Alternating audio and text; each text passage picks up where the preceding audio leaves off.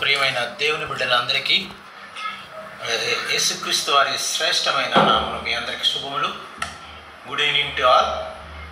మరి ఈరోజు ఉపవాస ప్రార్థన గురించి కొన్ని విషయాలు బైబిల్ గ్రంథం నుంచి మనం చూడాలని ఆశపడుతున్నాను. మరి ముఖ్యంగా మనం ఉపవాస ప్రార్థన ఎందుకు చేస్తున్నాం? సరైన గురి కలిగి నిర్దిష్టమైనటువంటి ఒక ఆలోచన, సమయము, దినములను ఎంచుకొని మనం అనారోగ్యం గురించి చేస్తున్నామా, మరి ఆలయ నిర్మాణం గురించి చేస్తున్నామా, మరి దేని గురించి చేస్తున్నాం? ఒక పటిష్టమైనటువంటి నిర్దిష్టమైనటువంటి మరి ఐటమ్స్ గురించి మనం దేవుని అడిగితే ఆయన దయగల దేవుడు కాబట్టి ఆయన తప్పకుండా చేస్తాడు. మరి ఉపవాస ప్రార్థనలో ఉన్నటువంటి అనేకమైనటువంటి మర్మాలు కానీ మేళ్ళు కానీ ఒకసారి చూద్దాం. మన ప్రభు అయినటువంటి యేసుక్రీస్తు వారే 40 దినాలు ఉపవాసం ఉన్న తర్వాత తాను అనేకమైనటువంటి శోధనలకు గురి చేసింది. ఆయన కొండ మీద తీసుకుపోయి ఈ రాళ్ళను రొట్టెలుగా చేసుకొని తినవా, ఇంకా ఎన్నో క్వశ్చన్లు వేసి ఎన్నో ఇబ్బందులు పెట్టినా కానీ ఆయన దేవాది దేవుడు కనుక మరి ఎంతో మరి ఆ శోధన నుంచి బయటకు వచ్చారు, ఆ శోధన నుంచి విడుదల పొందారు. అదేవిధంగా మనము ఏదైనా ఒక కార్యము జరగాలంటే ఆ కార్యం గురించి మనము ఒక గురి కలిగి, ఒక శ్రద్ధ కలిగి, క్రమశిక్షణతో మరి నిష్ఠతో మనం ప్రార్థన చేసినప్పుడు, మనం ఒక విశ్వాసం కలిగి మనం ప్రార్థన చేసిన తర్వాత మన ఉపవాస ప్రార్థనకి ప్రతిఫలం వస్తుంది అనేటువంటి ప్రగాఢమైన నమ్మకం ఉండాలి. ఇదిగో యేసయ్య, మరి మేము ఈ మందిర నిర్మాణం గురించి ఆటంకాలు ఉన్నాయి, ఈ మందిర నిర్మాణం ఇంక కొన్ని ఈవెంట్స్తో ఆగిపోయింది, పూర్తిగా సంపూర్ణంగా కంప్లీట్ కావాలని ఒక ఉద్దేశంతో, నిష్ఠతో, ఒక క్రమశిక్షణతో మనము దేవుడి దగ్గరికి వెళ్ళి ఆత్మదేవుడిని మరి అడిగినప్పుడు ఆయన తప్పకుండా మనకి ఆ కార్యములు జరిగిస్తాడు. అలాంటి నమ్మకం మనకు ఉండాలి. ఎందుకంటే మన దేవుడు నమ్మదగిన దేవుడు. మన దేవుడు ఎప్పుడు మాట ఇచ్చి కూడా వెనక్కి తిరిగినటువంటి దేవుడు. ఒక రిఫరెన్స్ చూద్దామండి. జోవేలు 2వ అధ్యాయము, ఏవేలు 2వ అధ్యాయము 12 నుంచి 14 వరకు ఎవరైనా చదవండి. ఇక్కడ స్టార్టింగ్, ఇప్పుడైనాను మీరు ఉపవాసం ఉండి కన్నీరు విడుచుచు, ఎట్లా అండి? కన్నీరు విడుచుచు, దుఃఖించుచు మనఃపూర్వకముగా తిరిగి నా యొద్దకు రండి. తిరిగి ఎవరి వద్దకి? దేవుని వద్దకి వెళ్ళాలి. ఎలా ఉండాలండి? మనము మనఃపూర్వకముగా కన్నీళ్లు విడుస్తూ మరి ఆయన వద్దకి వెళ్తే ఆయన మనం తప్పకుండా కనికరిస్తాడు. ఇంకా మీ దేవుడైన యెహోవా కరుణ వాత్సల్యము గలవాడును. మన దేవుడైన యెహోవా కరుణ వాత్సల్యము దయగలిగినటువంటి గొప్ప దేవుడు, శాంతమూర్తియు అత్యంత కృపగలవాడునై ఉండి తాను చేయనుద్దేశించిన కీడు చేయక, తాను చేయనుద్దేశించిన చెడు కార్యములు, దుష్ట కార్యములు చేయక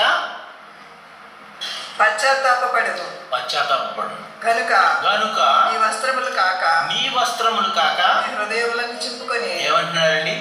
వస్త్రాలను చించుకుని. మనం చాలా సార్లు చూసినాం వస్త్రాలు చించుకుని, బూడిద రాసుకుని. ఇక్కడ ఏమంటున్నారు? మీ హృదయాలను చించుకోమంటున్నారు. తర్వాత మరి దుఃఖించుచు, కన్నీళ్లు విడుచుచు మనఃపూర్వకంగా, మనస్ఫూర్తిగా మనకు జరుగుతుందనే విశ్వాసంతో మనము ప్రార్థించాలని అంటున్నారు. ఇంకేమంటున్నారు?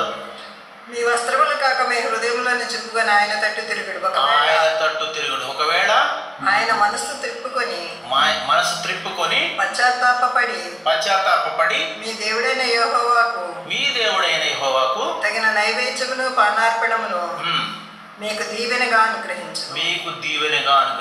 చూడండి ఎంత మంచి మాటలు చెప్తున్నారు. ఎలా చేయాలంటే మన ప్రార్థన, ఉపవాస ప్రార్థన మనఃపూర్వకంగా, దుఃఖంతో, కన్నీరుతో, విరిగి నలిగిన మనసుతో మన హృదయాన్ని విరుచుకుని, నలుచుకుని, హృదయాన్ని చించుకుని. చూడండి అట్లా. ఇంకా మన బైబిల్ గ్రంథంలో చూస్తే అనేక రకాలైన ప్రార్థనలు ఉన్నాయి. మరి ఆది కాండం నుంచి ప్రకటన వరకు చూస్తూ వెళితే ఎన్నో గొప్ప ఉపవాస ప్రార్థనలు, వారు ఎన్నో రకాలుగా వాళ్ళు ఘనకార్యాలు సాధించారు. ఒక నిష్ట కలిగి, ఒక అంశం కలిగి, ఒక గురి కలిగి, ప్రభువా ఇది నాకు జరిగించాలి, ప్రభువా ఈ మందిర ఆలయము నిర్మించటకు మీరు కృప చూపించండి, చుట్టుపక్కల ఉన్న సైతాను శోధనలను మరి మాకు తీసివేయండి, ఎలాంటి దుష్క్రియలు మా సైతాన్లు మా దృష్టికి రాకుండా ఇది ప్రభు కార్యమని మనం మనఃపూర్వకంగా హృదయాలు చించుకొని కన్నీరుతో రోధిస్తూ, మరి అంటారు కదా విరిగి నలిగిన హృదయాలు ఆయనకి ఎంతో ఇష్టం. అలాంటి విరిగి నలిగిన హృదయాలతో పగిలిన చించుకొని మనం ఆయన తట్టు తిరిగి మనం ప్రార్థించినట్టయితే అనేకమైనటువంటి మనం ఊహించలేనటువంటి కార్యాలు జరుగుతాయి. ఒకటి కాదు, రెండు కాదు, మల్టిపుల్ బ్లెస్సింగ్స్. అనేక రకాలుగా మనం అడిగిన వాటికి కాకుండా మనం అడిగిన వాటికి కూడా ఆయన మనకి ఆశీర్వదిస్తూ దీవెనలు ఇచ్చేటువంటి గొప్ప తండ్రి ఆయన. మనం చూడండి, మనం ఉపవాస ప్రార్థన చేసినప్పుడు మన ఆత్మీయ నేత్రాలట తెరువబడతాయంట. ఎందుకంటే అప్పుడు మనం నిష్ట కలిగి కన్నీళ్లు విడిచిస్తూ హృదయం చించుకుంటూ ఆయన తట్టు తిరిగి లోకదృష్టి కార్యాలన్నిటికీ దూరంగా ఉంటూ మరి ఆయన దగ్గర క్రమశిక్షణతో మరి ప్రార్థన చేస్తారు. కాబట్టి మీరు అడిగినయే కాకుండా అడగకుండా ఉన్నాయి కూడా ఆయన దయచేసేటువంటి అద్భుతమైన గొప్ప దేవుడు, మాట తప్పని దేవుడు ఆయన. చూడండి, కానీ మనము చేసేటువంటి ప్రార్థనలు ఎలా ఉంటుంది? మనం ఇంకా ఉపవాస ప్రార్థన మనం బైబిల్ చదివేటప్పుడట మనకు తెలియనటువంటి గొప్ప అర్థాలు కూడా మనకు బయటపడతాయి. అంత క్రితం చదువుతాం ఇదే అధ్యాయం, అంత బాగా మనకి అర్థం కాదు. మనం ఉపవాస ప్రార్థన నుండి నిష్ట కలిగి క్రమముగా క్రమశిక్షణతో మరి ఆయన తట్టు తిరిగి మనం ప్రార్థించినప్పుడు మనం వాక్యం చదివితే దానిలో ఉన్న అనేకమైన తాత్పర్యాలు మనకి బయలుపడతాయి. చూసారా, ఉపవాస ప్రార్థన చేయడం వలన ఎన్ని లాభాలు మనకి, ఎన్ని అనేకమైనటువంటి లాభాలు. కొంతమంది అయితే ఉపవాస ప్రార్థన ఒక నిర్దిష్టమైనటువంటి అంశాలు ఉండవు, ఏదో చేస్తున్నాం కదా అని. కానీ ఇక్కడ ఒక నిర్దిష్టమైన, ఒక ప్రతిష్టమైన, ఒక గురి కలిగినటువంటి అంశాలు ఉన్నాయి మనకి. అట్టి అంశాలు జరగాలని, జరుగుతాయని ప్రగాఢమైన విశ్వాసంతో మనము ఆయన తట్టు తిరిగి ప్రార్థించినప్పుడు ఆయన తప్పకుండా మరి ఈ యొక్క మన అంశాలు నెరవేరుస్తాడు. అదేవిధంగా కొంచెం ముందుకెళ్ళి చూసినట్లయితే మనము నీవు సరిచేయబడతావు, దీవించబడతావు అంటున్నారు. నీవు కానీ ఉపవాస ప్రార్థన ఉండి నిష్ఠగా చేస్తే నీవు సరిచేయబడతావు, దీవించబడతావు, అభివృద్ధిలోకి వెళ్తావు. ఒక్కసారి ద్వితీయోపదేశకాండము 8:3 చూడనమ్మా. ద్వితీయోపదేశకాండము 8:3-4. ఆహారం వలనే గాక యెహోవా సెలవిచ్చిన మాట వలన నరులు బ్రతుకుదని నీకు తెలియజేయుటకు ఆయన నిన్ను అణచి నీకు ఆకలి కలుగజేసి నీవే గాని నీ పితరులే గాని ఎన్నడెరుగని మన్నాతో నిన్ను పోషించాను. చూడండి, ఈ 40 సంవత్సరములు నీవు వేసుకున్న బట్టలు పాతగలేదు, నీ కాలు వాయలేదు. ఒకడు తన కుమారుని ఎట్లు శిక్షించిన అట్లే నీ దేవుడని యెహోవా నిన్ను శిక్షించువాడని నీకు తెలుసుకొని ఆయన మార్గంలో నడుచుకున్నట్టు ఆయనకు భయపడినట్లు నీ దేవుడని యెహోవా ఆజ్ఞలను గైకొనవలెను. చాలా ఇక్కడ చూడండి, మనకు అందరికి తెలిసిన విషయమే. ఇశ్రాయేల్ జనాంగము ఎంత కాల్బలం, లక్షల మంది. మరి అక్కడ నుంచి తీసుకొచ్చేసి వీళ్ళని రక్షించి ఆ బానిసత్వం నుంచి తీసుకొచ్చినప్పుడు వీళ్ళని ఆకలి కలిగజేసింది ఆయనే. ఆ ఆకలి అనేది కలిగి చేయకపోతే దేవుడిని మర్చిపోతాడు. చూడండి, అనేక రకమైన తిరుగుబాట్లు చేశారు, మనకందరికీ తెలిసిందే. మోషే గారి మీద ఎన్నో ఇబ్బందులు పెట్టారు, ఎన్నో రకాల క్వశ్చన్లు వేశారు. ఆయన కొండ మీదకి వెళ్ళి దిగొచ్చే లోపే వీళ్ళంతా మారిపోయారు, అలాంటి జనాంగం. కానీ వాళ్ళందరినీ మార్చి వాళ్ళని సరిచేశారు ఆయన. ఎక్కడి నుంచి బానిసత్వం తీసుకొచ్చి వాళ్ళ చెప్పులు కూడా అరిగిపోలేదు, బట్టలు కూడా ఎన్ని సంవత్సరాలు నడిచారండి? అన్ని సంవత్సరాలు. ఇప్పుడు చూడండి, మనం అయితే ఏరోప్లేన్లు, రైళ్ళు, బస్సులు, కార్లు ఎన్ని ఉన్నాయి. ఆనాడు అడవిలో అరణ్యంలో క్రూరమైన మృగాల మధ్య నుంచి ఎన్నో సంవత్సరాలు నడిచారు. వారికి అందుకని ఒక గుణపాఠం నేర్పాలని, వాళ్ళు సరిచేయబడాలని, వాళ్ళు తర్వాత వాళ్ళు దీవించాలని ఆయన ఇలా చేశారు. అందుకని వాళ్ళు ఎన్నో రకాలుగా తిరుగుబాటు చేశారు. ఆహారం కావాలని ఎన్నో రకాలుగా హింసించారు వాళ్ళని. కానీ వాళ్ళ చివరికి దేవుడు సరిచేసి దీవించాడు. ఇంకా అదేవిధంగా కొంచెం ముందుకెళ్ళి చూసినట్లయితే మనము మన దేవుడు గొప్ప కార్యాలు నీకు అనుగ్రహిస్తాడు. తర్వాత అట్లాగే గొప్ప కాపుదల కూడా ఇస్తాడు మనకి. ఎజ్రా 8:21-23 చూడడం ఒకసారి. ఎజ్రా 8:21-23. అప్పుడు దేవుని సన్నిధిని మమ్మును మేము దుఃఖపరచుకొని మాకును మా చిన్నవారికి మా ఆస్తికిని శుభ ప్రయాణము కలుగునట్లుగా ఆయనను వేడుకొనుటకు అహావా నది దగ్గర ఉపవాసముండుడని ప్రకటించుతిని. చాలు చూడండి, ఆయన ఎజ్రా గారు ఆయన పిల్లలతోనూ మరి కుటుంబంతోనూ పశువులతోనూ మరి ఎక్కడికి వెళ్ళాలనుకుంటున్నారు? ఆయన యెరూషలేంకి వెళ్ళాలనుకుంటున్నారు. అప్పుడు ఇలా బయలుదేరి వెళ్ళాలంటే ప్రయాణం ఒకరోజైనా కానీ వాళ్ళు ఒక నది ఒడ్డుకి వెళ్ళి ఉపవాసం ఉండి ప్రార్థించి చేసినప్పుడు దేవుడు అద్భుత కార్యములుగా వాళ్ళు అనుకున్న వస్తువులు కానీ వారి వస్తువులు కానీ ఎవరు దొంగిలించకుండా, ఎవరు మరి ఆక్రమించకుండా వాళ్ళకి మరి గొప్ప కాపుదలనిచ్చారు. మన దేవుడు గొప్ప కాపుదలను ఇచ్చేటువంటి దేవుడు. కాపుదలను మనకు అనుగ్రహిస్తాడు. ఇందక్కడ ఇట్లా చూసాం మనము, ఆయన మనల్ని సరిచేయ దేవుడు, సరిచేసి మనల్ని దీవించేటువంటి దేవుడు. ఇక్కడే ఉన్నాడు, ఆయన మనకి గొప్ప కాపుదలు ఇస్తాడు. చూడండి, మనం ప్రయాణం వెళ్తుంటాం విమానాల్లో కానీ ట్రైన్లో కానీ అనేక రకాలు కానీ, మరి ఆయన కాపుదల లేకపోతే మనం ఏమైపోతాం? ప్రతి క్షణమును మనం ఇంట్లో నుండి బయటికి వెళ్ళినప్పుడు వచ్చినప్పుడు ఆయన స్తుతించాలి. ప్రభువా, మరి మేము ఇక్కడికి వెళుతున్నాం, తిరిగి వచ్చి పర్యంతరమును మీ కాపుదల, మీ కంచి మాకు తోడుగా ఉంచండి. 23వ వచనం ఒకసారి చదువు. 23వ వచనం సేమ్ అధ్యాయం. ఓకే. మేము ఉపవాసం ఉండి ఆ సంగతిని బట్టి మా దేవుని వేడుకొనగా ఆయన మా మనవి అంగీకరించెను.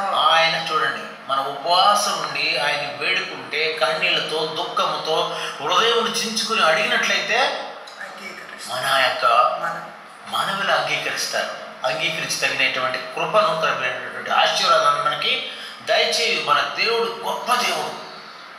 We just believe and faith, with faith and pray with fasting.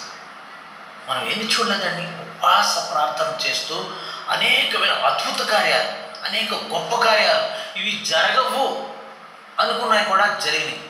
ఎవరన్నా ఊహిస్తారండి? ఎర్ర సముద్రంలో చీల్చేసి ఆరిన నేల మీద అన్ని లక్షల బలగాన్ని నడిపించడం. చూడండి, బండని కొట్టినప్పుడు జలం రావటం ఏంటండి? విని ఆశ్చర్య కార్యాలు కాదా? విని అద్భుత కార్యాలు కాదా? మన దేవుడు ఆశ్చర్యకరుడు కాదా? కాకపోతే మనము ఆయనకు దూరంగా ఉంటున్నాం. ఆయనకి సమీపముగా ఉండి మనం ఆయన హృదయ మనఃపూర్వకముగా ఆయన అడిగినట్లయితే ఆయన మనం అడిగిన వాటికన్నా కూడాను రెట్టింపు ఆశీర్వాదం మనకు దయచేయు గొప్ప కాపరి, గొప్ప దేవుడు. అదేవిధంగా ఇంకొంచెం ముందుకెళ్దాం. చూడండి, మనం మన దేవుడట మన దైవ కార్యములు ముందుగా ఏం జరగబోతున్నాయో మనకు తెలియజేస్తాడు. చూడండి, దైవ కార్యములు ముందు ఏం జరగబోతున్నాయి అవన్నీ కూడాను మనకు ముందుగానే తెలియపరుస్తారు. చూడండి, దానియేలు గ్రంథము 10వ అధ్యాయము 9-12 వరకు చూడమ్మా. దాని ముందు అట్లాగే దానియేలు 9, ఆ 9వ అధ్యాయము 1-2 కూడా చూడండి. దానియేలు గ్రంథము 9, 2-3.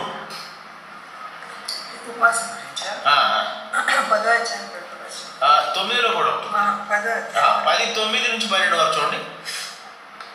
ఆ దినముల యందు దానియేలు అను నేను 3 వారములు దుఃఖప్రాప్తుడనైతిని.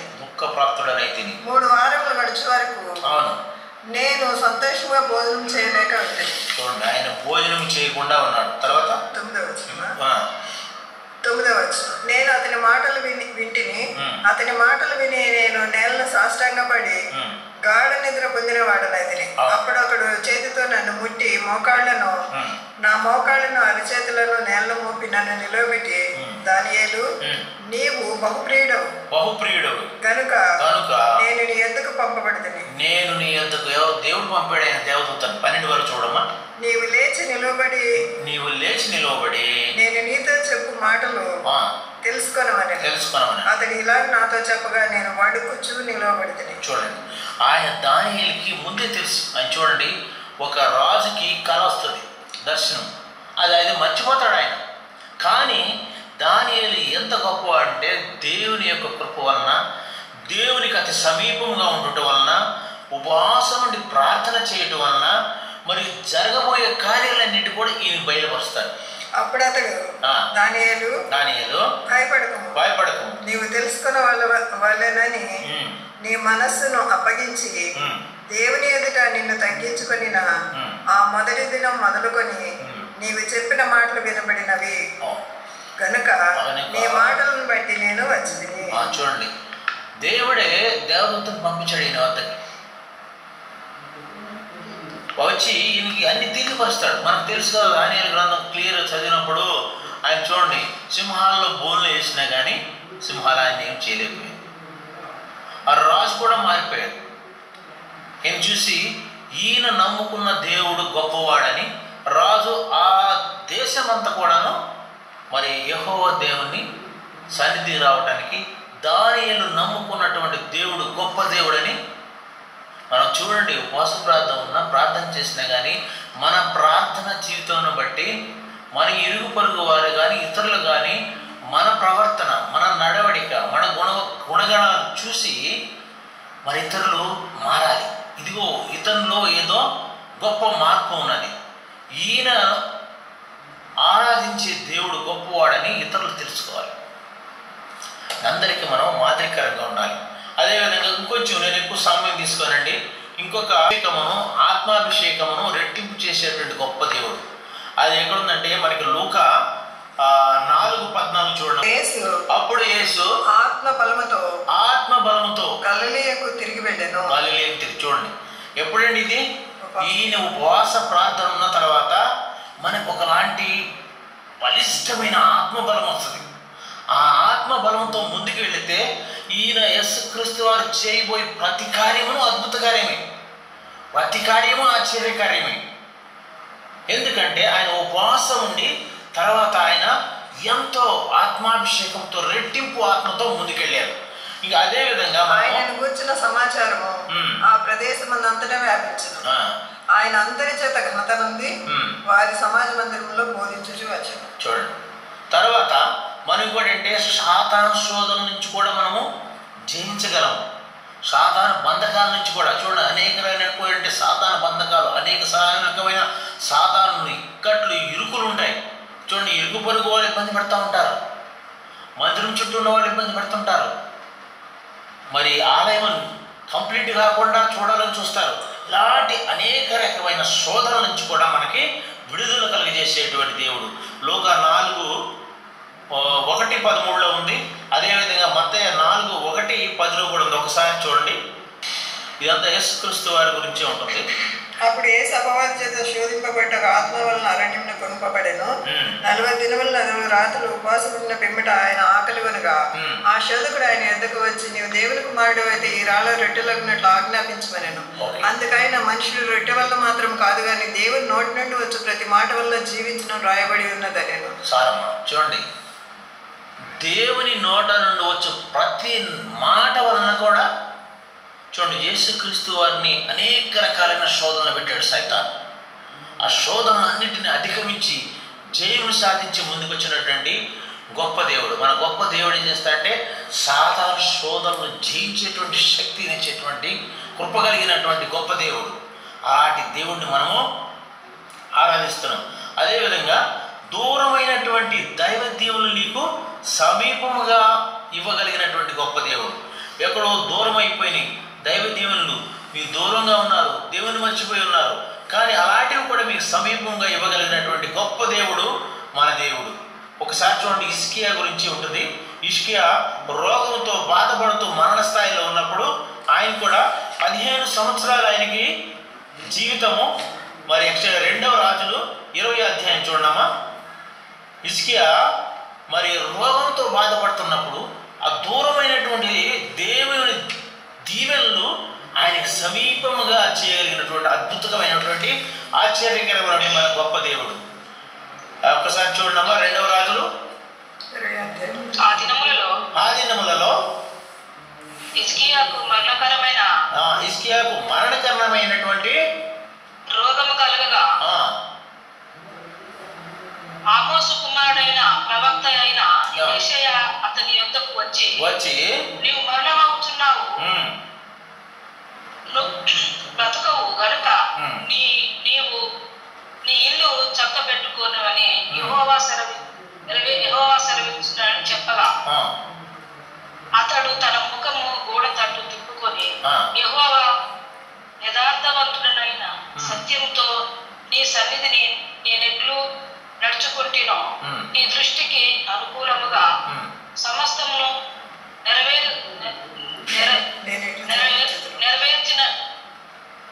నేనెట్లు జరిగించిన తన కృపతో జ్ఞాపకము చేసుకుని హిజ్కియా కన్నీళ్లు విడుచుతూ యెహోవాను ప్రార్థించెను. చూడండి, ఆయన కన్నీళ్లు విడుచుచు యెహోవాను ప్రార్థించినప్పుడు ఆయన మరణ స్థాయి నుండి లేపి ఆయనకి 15 years లైఫ్ ఎక్స్టెండ్ చేసే దేవుడు.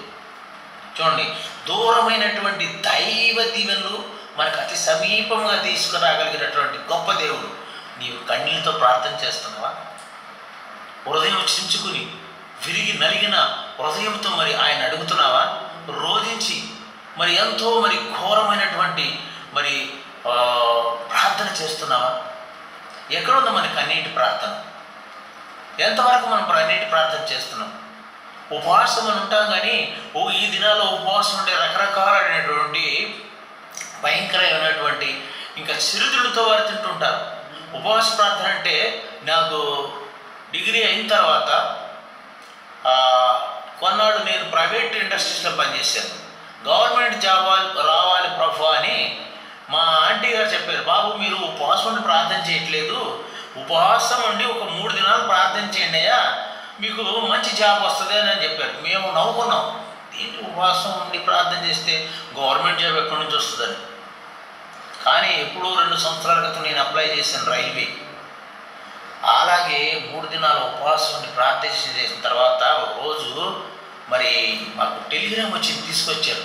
బాబు, you have called for interview the ministry of railways RDSO Lucknow అని. మేము ఆశ్చర్యపోయాం, ఇదేంటి జరిగే పని అని. అద్భుత రీతిగా అక్కడికి వెళ్ళిన తర్వాత రిటర్న్ టెస్ట్ రాసి మరి తర్వాత ఇంటర్వ్యూలో క్వాలిఫై అయ్యి మరి అక్కడే క్వాలిఫై అయిన తర్వాత 2 రోజులు ఉంచారు గెస్ట్ హౌస్లో. తర్వాత అద్భుత రీతిగా మేము ఆశ్చర్యపోయాం, అసలు ఇదేంటిది నమ్మశక్యం కానీ ఇది నిజమా అని. అది అనుభవం ఒకలాంటి అనుభవం ఉన్నవాళ్ళే చెప్పగలరు. ఒక గొప్ప మరి అనుభూతి. అలాగే మేము అప్పుడు కూడాను రైల్వేలో జాబ్ చేస్తున్నాను నేను. ఆ తర్వాత డిఫెన్స్లో రావాలని మళ్ళీ ప్రార్థించాము. దేవుని కృప, మహాకృపను బట్టి మేము మరి దేవుని ఎంతగానో గుర్తుంచుకుని మమ్మల్ని ఇంకా మంచి ఉన్నతమైన స్థితికి తీసుకొచ్చారు. అట్లాగే మీ స్థితిలో మారాలన్నా, మీరు ఇంకా ఆశీర్వదించబడాలన్నా, మీ శత్రువులను పైన మీ విజయం చూడాలన్నా వీటన్నిటికీ ఉపవాస ప్రార్థన అనేది ఎంతో ముఖ్యం. మరి పరిశుద్ధాత్మ నీ మీదకు దిగి వస్తుందన్నటువంటి ఇది కూడా మనం చూస్తాం. చూడండి, ఉపవాస ప్రార్థనలో నువ్వు కానీ ఉపవాస ప్రార్థన చేసి ఉన్నట్లయితే పరిశుద్ధాత్మ నీ మీదకు దిగి వస్తుంది. ఒకలాంటి పవర్ వస్తుంది, ఒకలాంటి శక్తి వస్తుంది. ఒక్కసారి చూడండి అమ్మా, ఏవేలు 2:28 కూడా ఉంటుంది. అలాంటి గొప్ప శక్తి మరి దేవుని యొక్క శక్తి మీదకి వస్తుంది. ఎలాంటిది అంటే పరిశుద్ధాత్మ శక్తి మీ మీదకి. తర్వాత నేను సర్వజనుల మీద నా ఆత్మను కుమ్మరింతును, మీ కుమారులను మీ కుమార్తెలను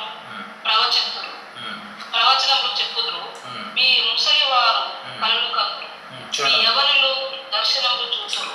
చాలా నేను చూడండి, ఇక్కడ మీద మీ ఆత్మను నా ఆత్మను కుమ్మరించు. చూడండి, పరిశుద్ధాత్మ దేవుడు కుమ్మరిస్తాడు. మన పిల్లలు కూడా మరి ఎంతో గొప్పగా దీవించబడతారు. ఇది మనము పరిశుద్ధాత్మ దేవుడు ఒక్కోసారి వస్తే వాళ్ళకి ఊగిపోతూ ఉంటారు. మేము చూసాము, మా ఆంటీ గారికి ఇట్లాగే పరిశుద్ధాత్మ దేవుడు వస్తే అనేకరమైన ఆశలు వచ్చేవాడికి. ఆమె పట్టుకుంటే 4-5 పట్టుకుని ఆగేది కాదు. ఒకలాంటి పవర్ అన్నమాట, ఒకలాంటి గొప్ప శక్తి వాళ్ళ మీద ఆవరిస్తూ ఉంటుంది.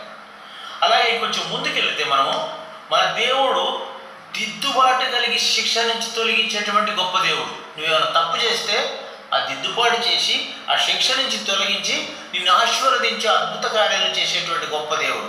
ఒక్కసారి మనం యోనా స్టోరీ తెలుసు కదా మనకి. యోనా స్టోరీ చూడండి. ఆయన నినివే పట్టణంకి వెళ్ళమంటే ఎక్కడికి వెళ్ళాలని చూస్తాడు. ఆయన దేవుని వ్యతిరేకించేసి దేవుని మాట వినకుండా చేసినందుకు ఆయన చిన్నపాటి పనిష్మెంట్ దిద్దుబాటు చేసి ఆయన్ని శిక్ష నుంచి తొలగిస్తాడు. అక్కడికి వెళ్ళకుండా ఉంటే అప్పుడు త్రిమింగళం కడుపులో ఉంటాడు. ఆయన కూడా ఒక విధంగా నేను అనుకుంటాను 3 రాత్రులైనా ఉపవాసమే ఉన్నాడు. ఏముంటుందండి మరి చేప కడుపులో ఉన్న తర్వాత ఆయన బయటకు వచ్చిన తర్వాత ఆయన సరిచేసి దేవుడు ఆయన దిద్దుబాటు చేసి శిక్ష నుంచి తొలగించి ఆయన చెప్పిన మాటలు వినటం వల్ల ఆ దేశంలో ఉన్న రాజులు, పిల్లలు, పశువులు అందరూ కూడా ఉపవాసం ఉండి ఆ దేశం అంతా కూడా నాశనానికి వెళ్లకుండా మరి దగ్గరగా దేవుని దగ్గరగా రాగలిగారు. చూడండి, మన దేవుడు దిద్దుబాటు చేసి మన శిక్ష నుంచి తప్పించేటువంటి అద్భుతకరమైన ఆశ్చర్యకరమైన గొప్ప దేవుడు. ఇంకొకసారి మరి మన దేవుడు నీ తరతరముల వారిని అందరినీ కూడా దీవిస్తాడట. నీ తరతరములు పిల్లలు మీరు మరి వారు చూడగలరు, వారు దీవించబడరు. ఒక్కసారి యెషయా గ్రంథము 8:18, యెషయా 44:3 ఒక్కసారి చూడమ్మా. ఇంకా చాలా ఉన్నాయి, రిఫరెన్స్ టైం లేదు. సామెతలు 10:1 ఉంది, సామెతలు 17:6 ఉన్నాయి, అలాగే 4:2 ఉన్నాయి. కానీ ఒక 2 చూడండి. నీ తరతరముల వారు పిల్లలందరూ కూడా దీవించబడతారు. యెషయా 8:18 ఇదిగో చదవండి. మీరే చదవండి. ఇదిగో నేను యెహోవా నాకు ఇచ్చిన పిల్లలను సీనాయి కొండ మీద నివసించు సైన్యముల అధిపతియగు యెహోవా సూచనలు గాను మహత్కార్యములు గాను ఇశ్రాయేలు మధ్య ఉన్నాను. చూడండి, చాలా చూడండి, వాళ్ళ పిల్లలు సైన్యములుగా అధిపతి యెహోవా పోల్చినట్లుగా నాకు చూపిస్తున్నారు. చూడండి, అదేవిధంగా యెషయా 44:3 చూడండి ఒకసారి. మన పిల్లలు కుమారులు కూడా మన కిరీటం లాగా ఉండి దేవుడు మనలందరూ తరతరాల వరకు ఆశీర్వదించే దేవుడు. ఎప్పుడు? when you are praying with fasting, God will bless you in multiple blessings. 44:3 చూడండి ఒక్కసారి. యెషయా 44:3. నేను ముగించేస్తాను, ఎక్కువ సమయం తీసుకోవాలి. తప్పికొన్న వారి మీద నీళ్లను ఎండిన భూమి మీద ప్రవాహజలములను కుమ్మరించెదను. నీ సంతతి మీద నా ఆత్మను కుమ్మరించెదను. నీకు పుట్టివారిని నేను ఆశీర్వదించెదను. నీటిదారుల వద్ద నాటబడిన నీరంజ చెట్ల గడ్డిలో ఎదుగునట్లు వారిని ఎదుగుదురు. ఒకడు నేను యెహోవాను అన్నాను, మరొకడు యాకోబు పేరు పెట్టుకున్నాను. మరొకడు యెహోవా వాడని ఇశ్రాయేలులో వారి పేరు పెట్టుకున్నాడు. Thank you. చూడండి, ఇక్కడ మన పిల్లలు మన సంతతి వారు అందరూ కూడా ఆశీర్వదించబడతారు. ఒక తరతరాల వరకు కూడా ఆయన యొక్క దీవెనలు ఉంటాయి. ఎప్పుడు? మనము కన్నీరు రుచుతూ దుఃఖముతో రోధిస్తూ మరి హృదయాన్ని చించుకుని ప్రార్థించినప్పుడు, ఉపవాసంతో నమ్మకంతో ప్రార్థించినప్పుడు అనేకమైన అద్భుతాలు చూసాం. 1, 2 కాదండి. చూడండి, మరి అదేవిధంగా మన శత్రువుల పైన కూడా మనం విజయం చూస్తాం. మనకు అందరికీ తెలిసిన విషయమే. ఎస్తేరు యొక్క గ్రంథంలో ఎస్తేరు చేసినట్టు గొప్ప ప్రార్థన. మరి చూడండి, యూదులను అందరినీ చంపేయాలనుకుంటారు, నాశనం చేయాలనుకుంటారు. అప్పుడు ఏమవుతుంది? మరి వీళ్ళు ఉపవాసం ఉండి మరి ప్రార్థించినప్పుడు చూడండి ఒకసారి. ఎస్తేరు 9:12, 9:1. ఎస్తేరు 9 దాంట్లో చూస్తే మనం చూడొద్దులేండి. అయితే అక్కడ కూడా మనం చేసినటువంటి ప్రార్థన వలన మరి వీళ్ళు చనిపోవాల్సింది వీళ్ళు శత్రువుల పైన విజయం సాధించారు. యూదులు అనేవాళ్ళు ఎవరిని చంపలేకపోయారు. మీకు లాస్ట్గా నేను ముగిస్తున్నాము. మనం ఉపవాస ప్రార్థన నుండి మనం ముందుకు సాగితే దేవుడు నిన్ను అధికారంలోనికి నడిపిస్తూ ఉంటాడు. ఉపవాసం నుండి ప్రార్థన చేసినట్లయితే నువ్వు అధికంగా హెచ్చించబడతావు. మన ఆదికాండంలో 41-40 చూస్తే మనం చూస్తాం. అదేవిధంగా దానియేలు 2వ అధ్యాయం 44-48 కూడా ఉంటుంది. అనేక విధాలుగా మనం దీవించబడతాం, అనేక విధాలుగా ఆశీర్వదించబడతాం, మనం అధికారంలోకి రాబడదు. చూడండి, అప్పుడు మనం చూస్తే మరి దానియేలు గారు చూడండి ఒక ప్రాంతానికి ప్రధానంగా చేస్తారు. మరి యోసేపును కూడా చూడండి, ఎక్కడో జైల్లో ఉన్నటువంటి వాడు నిష్ఠగా ప్రార్థన చేసినప్పుడు ఆయన కూడా పెద్ద అధిపతిగాను ఆయనకు అంత అధికారం వచ్చేలా చేస్తాడు. ఎందువల్ల జరిగినాయి అంటే దేవుని నమ్మకం కలిగి నిష్ఠతోనూ మరి ప్రార్థన చేసినప్పుడు మన దేవుడు అద్భుతాలు చేసేటువంటి దేవుడు. మనందరం కూడా అలాగే ప్రార్థన చేద్దాం. అలాగే మరి కన్నీటితోనూ దుఃఖంతోనూ మరి మన బట్టలుగాదని చించుకుని మన హృదయాలను చించుకుని రోధిస్తూ మనం అడిగినప్పుడు మనం ఏమైతే గురికలిగి అడిగామో, ప్రభువా ఈ మందిర విషయంలో మేము ప్రార్థిస్తున్నప్పుడు నీ మందిర కార్యములు పూర్తవుతాయి. అందరూ కూడాను మరి శ్రద్ధ కలిగి ఉపవాసం ఉండి కన్నీటితో ప్రార్థిద్దాం. ఈ కొద్ది మాటలు దేవుడు దీవించిన కాక